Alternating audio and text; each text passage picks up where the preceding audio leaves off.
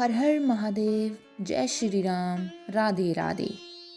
संस्कृति YouTube channel पर आपका हार्दिक स्वागत है। अगर आपको हमारी वीडियोस अच्छी लगती हैं तो हमारे चैनल को सब्सक्राइब करना ना भूलें और हमारी यूट्यूब फैमिली का हिस्सा ज़रूर बने।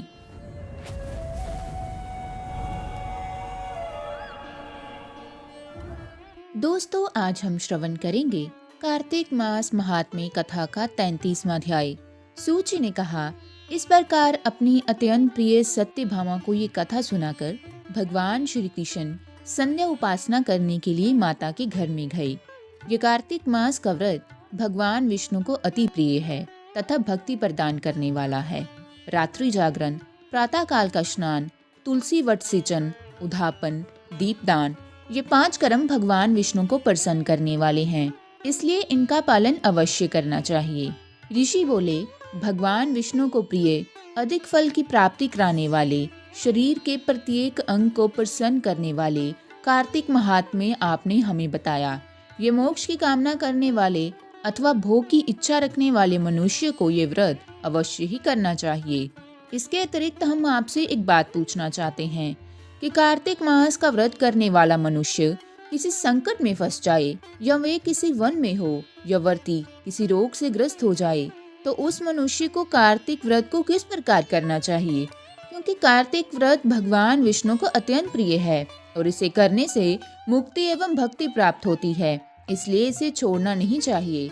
श्री सूत जी ने इसका उत्तर देते हुए कहा, यदि कार्तिक का व्रत करने वाला मनुष्य किसी संकट में फंस जाए तो वह हिम्मत करके भगवान शंकर या भगवान विष्णु के मंदिर जो भी पास हो उसमें जाके रात्रि जागरण करे। यदि व्रती घने वन में फंस जाए तो फिर पीपल के वृक्ष के नीचे या तुलसी के वन में जाकर जागरण करे।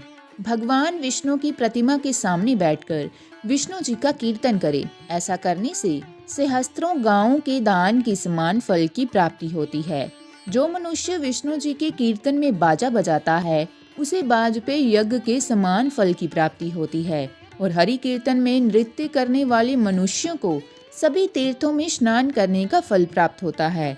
किसी संकट के समय या रोगी हो जाने और जल ना मिल पाने की स्थिति में केवल भगवान विष्णु के नाम मात्र से मार्जन ही कर लें। यदि उद्यापन न कर सकें तो व्रत की पूर्ति के लिए केवल ब्राह्मणों के प्रसन्न होने के कारण विष्णु जी प्रसन्न रहते हैं। यदि मनुष्य दीपदान करने में असमर्थ हो तो दूसरों की दीप की वायु आदि से भली भांति रक्षा करें। यदि तुलसी का पौधा समीप न हो तो वैष्णव ब्राह्मण की ही पूजा कर लें, क्योंकि भगवान विष्णु सदैव अपने भक्तों के समीप रहते हैं। इन सब के ना होने पर कार्तिक का व्रत करने वाला मनुष्य ब्राह्मण, गौ, पीपल और वट वृक्ष की श्रद्धा पूर्वक सेवा करे। शौनक आदि ऋषि बोले, आपने गौ तथा ब्राह्मणों के समान पीपल और वट वृक्षों को बताया है और सभी वृक्षों में पीपल तथा वट वृक्ष को ही श्रेष्ठ कहा है, इसका कारण बतलाइए। सूत जी बोले, पीपल भगवान विष्णु का और वट भगवान शंकर का स्वरूप है। पलाश ब्रह्मा जी के अंश से उत्पन्न हुआ है। जो कार्तिक मास में उसके पत्तल में भोजन करता है वह भगवान विष्णु के लोक में जाता है। जो इन वृक्षों की पूजा, सेवा एवं दर्शन करते हैं उनके सभी पाप नष्ट हो जाते हैं। ऋषियों ने पूछा, हे प्रभु, हम लोगों के मन में एक शंका है कि ब्रह्मा, भगवान विष्णु और भगवान शंकर वृक्ष स्वरूप क्यों हुए? कृपया आप हमारी शंका का निवारण कीजिए। सूत जी बोले, प्राचीन काल में भगवान शिव तथा माता पार्वती विहार कर रहे थे। उस समय उनके विहार में विघ्न उत्पन्न के उद्देश्य से अग्निदेव ब्राह्मण का रूप धारण करके वहां पहुंचे। विहार के आनंद में वशीभूत हो जाने के कारण कुपित होकर माता पार्वती ने सभी देवताओं को श्राप दे दिया। माता पार्वती ने कहा, हे देवताओं, विषय मुख से कीट पतंगे तथा अन्य भिज्ञ नहीं है। आप लोगों ने देवता होकर भी उसमें विघ्न उत्पन्न किया है, इसलिए आप सभी वृक्ष बन जाओ। सूत जी बोले, इस प्रकार कुपित पार्वती जी के शाप के कारण समस्त देवता वृक्ष बन गए। यही कारण है कि भगवान विष्णु पीपल और भगवान शिव वट वृक्ष हो गए।